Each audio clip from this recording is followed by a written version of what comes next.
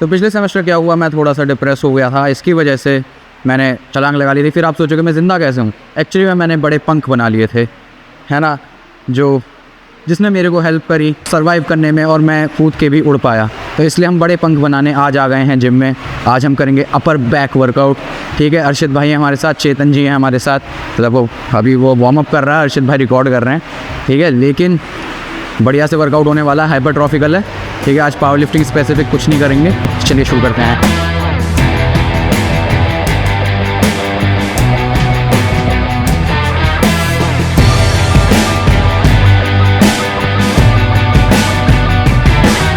तो पहली एक्सरसाइज हम लेंगे overhead lat pull downs. Overhand यानी ऐसे ग्रिप लेनी है, ठीक है। ऐसे अंडरहैंड ये होता है, ओवरहैंड ये होता है, ठीक है। लैट्स के लिए थोड़ा बहुत अपर बैक पे अच्छा एम्फेसिस आता है, ठीक है। काफ़ी लोग कहेंगे कि लैट्स तो भाई लोअर बॉडी का पार्ट है, लेकिन यहाँ पर भी आपकी वी टेपर देने में लैट्स का बहुत बड़ा हाथ है, तो इसकी वजह से हम लैट्स ट्रेन करेंगे। पहली एक्सरसाइज लैट्स होने वाली है। काफ़ी लोग क्या दिक्कत करते हैं, क्या गलती करते हैं कि मतलब ज़्यादा वाइड ले लेंगे, ये सोचते हैं wider grip equals to wider back. ऐसा कुछ नहीं है, अपने हिसाब से देखो क्या आपके लिए कंफर्टेबल रहता है, तो वो एक्सपेरिमेंटेशन से पता चलेगा, ठीक है। अपने बैठे and try to engage your lats like this. Engage किए, खींचा और स्लोली सेंट्रिक, और ये स्ट्रेच, फिर खींचा, स्लो सेंट्रिक, फिर स्ट्रेच, ठीक है। ऐसे करना है। ऐसे हम करेंगे 4 स्ट्रेट सेट्स, और मायो रेप्स नहीं लगाएंगे। जिनको मायो रेप्स के बारे में नहीं पता है उनको मैं बता दूंगा आगे आने वाली वीडियोस में क्या होते हैं, लेकिन आज हम सिंपल सेट्स लगाने वाले हैं, ठीक है। तो अर्शित भाई ने लगा लिए हैं, चेतन के लग रहे हैं, मैं अब लगाऊंगा, ठीक है। तो फिर इस एक्सरसाइज को करने के बाद फिर नेक्स्ट एक्सरसाइज पर चलेंगे।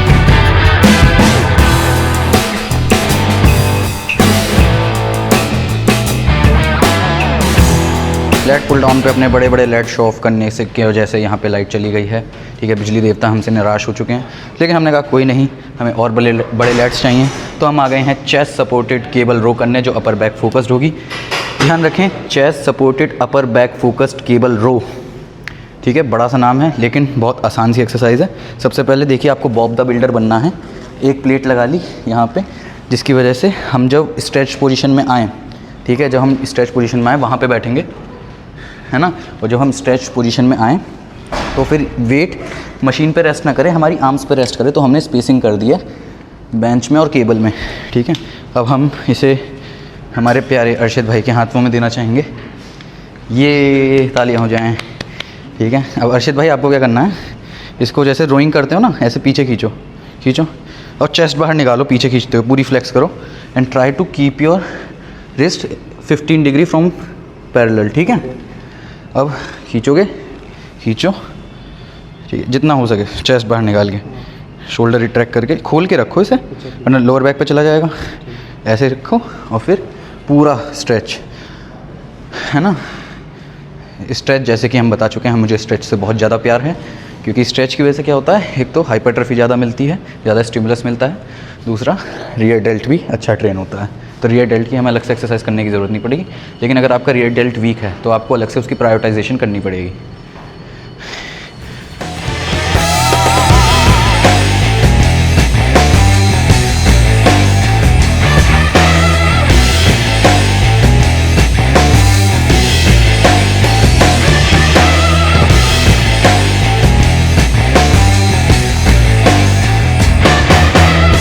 तो ये मेरे से अक्सर लोग कहते हैं कि तू चूड़ियाँ पहना कर, और मेरी चूड़ियाँ निकल आई हैं।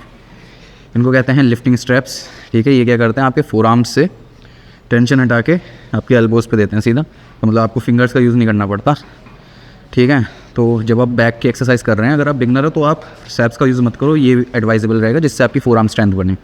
लेकिन in almost all of the cases आपकी फोर आर्म्स जो है वो आपके बैक से वीक है, तो वो जल्दी फेल हो जाएगी बैक फेल होने से पहले। तो एक लिमिटिंग फैक्टर बन सकता है, इसकी वजह से लिफ्टिंग स्ट्रैप्स का यूज़ करना चाहिए बैक एक्सरसाइज के लिए। लेकिन कार्तिक भाई हम फिर फोर आर्म्स को कैसे स्ट्रॉन्ग करेंगे? फोर आर्म्स को हम स्ट्रॉन्ग करेंगे फोर आर्म्स की एक्सरसाइज करके।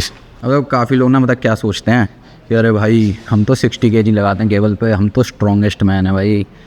एक मैकेनिकल एडवांटेज का कॉन्सेप्ट होता है, इधर दिखाओ, जैसे यहाँ पे ना पुलीस लगी हुई है, ठीक है। तो पुलिस की वजह से क्या होगा, रेजिस्टेंस आधा हो जाएगा, लेकिन लेंथ ऑफ द मूवमेंट जो ट्रैवल कर रही है वो डबल हो जाएगी।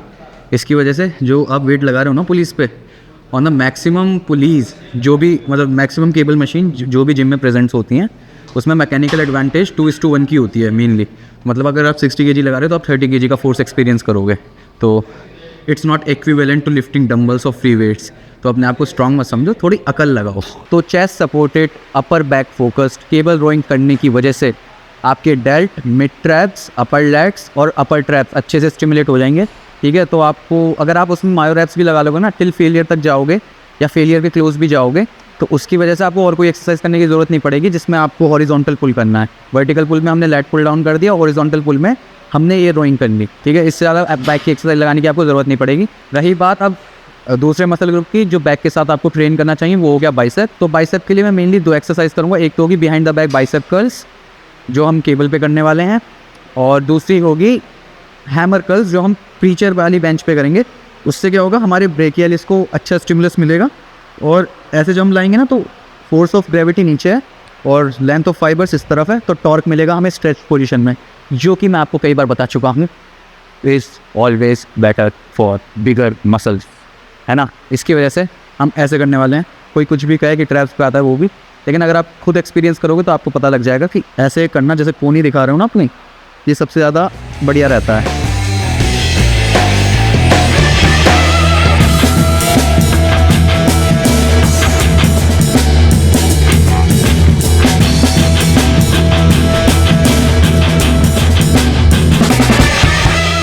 हिसाब से लेनी है ऊपर नीचे, कि जब आप खड़े हो ना ऐसे, तो फोर आर्म ऑलमोस्ट 90 डिग्री का एंगल बनाए विद द केबल पाथ।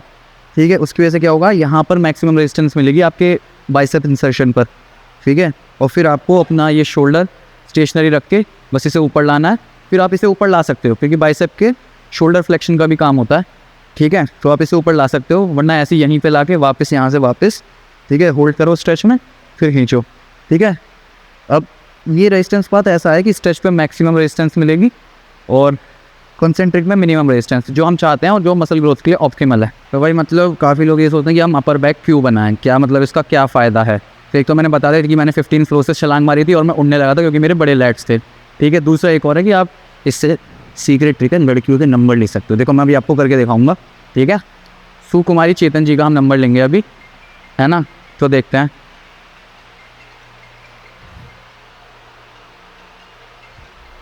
देखिए नंबर मिल गया है। ब्लर कर दूंगा मैं इसे एडिटिंग में, क्योंकि ये चेतन कुमारी सिर्फ मेरी हैं और किसी की नहीं।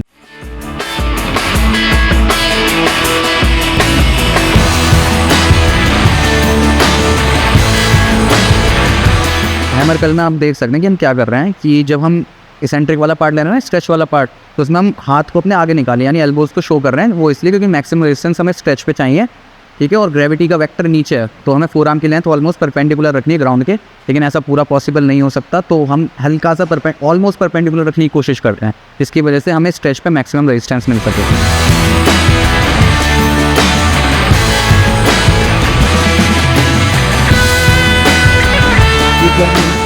तो इसी के साथ आज का वर्कआउट हमारा ख़त्म होता है। ठीक है, अर्शित भाई हमारे साथ नए ट्रेन करने आए हैं। अर्शित भाई आपको कैसा लग रहा है पहली बार बैक बाइसेप ट्रेन करके?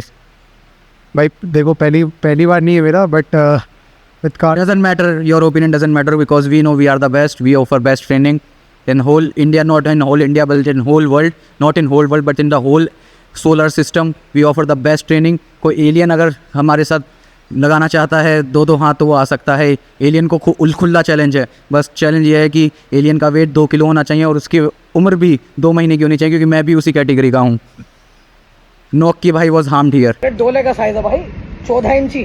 ठीक है, तो इसी के साथ हम ख़त्म करते हैं।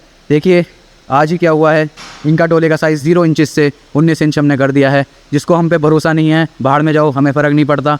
लेकिन इनके डोले का आज ही हमने 19 इंच कर दिया है, क्योंकि भाई हमारी ट्रेनिंग इज़ द बेस्ट। ठीक है, तो आज के व्लॉग के लिए इतना ही, फिर से मिलेंगे। ठीक है।